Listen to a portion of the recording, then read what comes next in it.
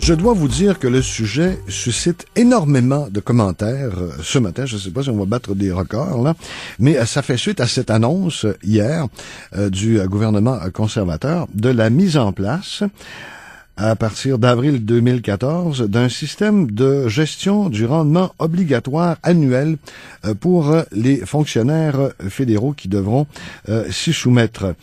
Et si on met en place ce système, dit-on au gouvernement, c'est en vue de stimuler la productivité des fonctionnaires fédéraux. Ce qu'a dit le ministre Clement, les Canadiens qui travaillent dur s'attendent à ce que nous leur fournissions des services de haute qualité à un coût abordable. Ce qui fait tiquer beaucoup d'internautes, en particulier ce matin de gens qui ont communiqué avec nous, c'est le fait que il y a une menace qui plane au bout de tout ça.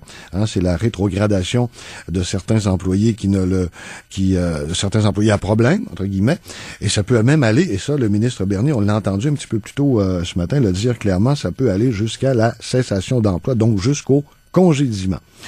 On va parler de tout ça, ça fait réagir, et ça fait réagir les syndicats aussi.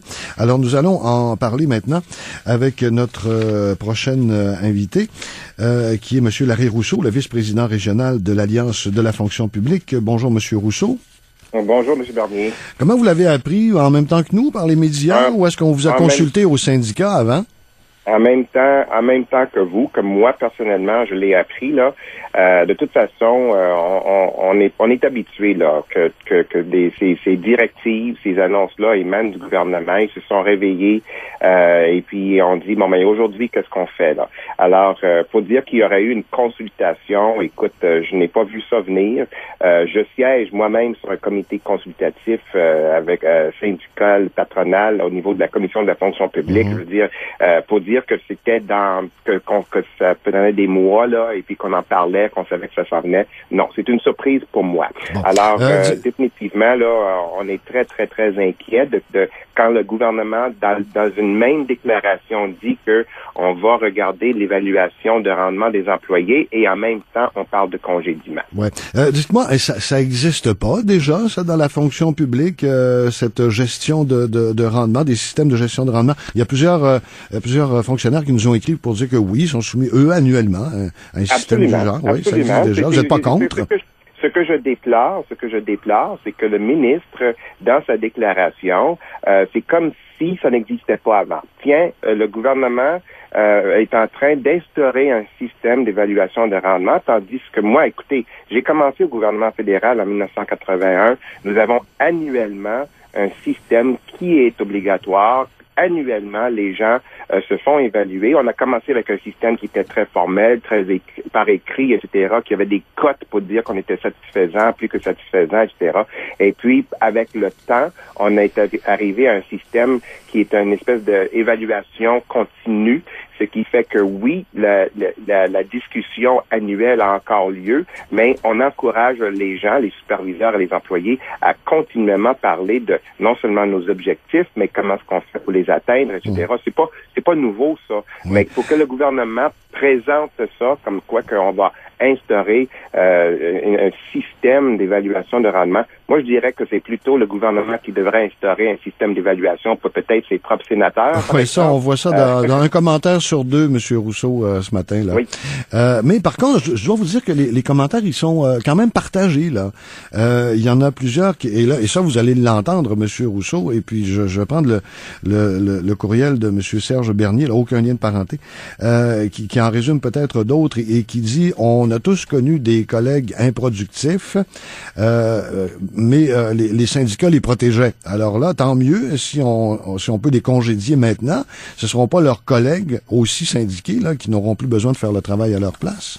Écoutez, nous avons des employés de la fonction publique. Nous avons une fonction publique qui est professionnelle, une fonction publique qui cherche continuellement à améliorer, à s'améliorer. Nous avions, jusqu'à dernièrement, une des meilleures fonctions publiques au monde. C'était reconnu. Alors, est-ce qu'il y a quelque chose qu'on peut améliorer? Toujours. Et le syndicat, ainsi que nos comités sur lesquels on travaille, on cherche continuellement à trouver comment on peut améliorer la productivité. De dire que les syndicats protègent les incompétents, c'est le genre de calunars qu'on entend qui sont de la propagande.